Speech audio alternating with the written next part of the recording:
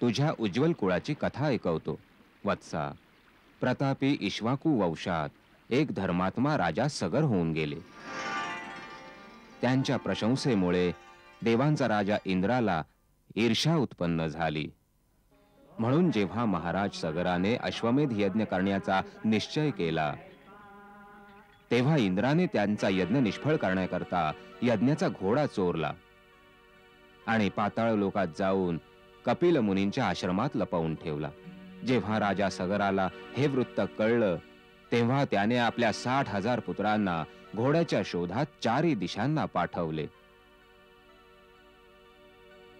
घोड्याला शोधता शोधता त्याने जेव्हा यज्ञाचा घोडा कपिल मुनींच्या आश्रमात बघितला, तेव्हा कपिल मुनींना चोर समजून त्यांचा मोठाच निरादर केला. त्यावर क्रोधित होऊन कपिल मुनींनी त्यांना शाप दिला आणि एकाच क्षणात त्यांची शरीर जळून भस्मसात झाली.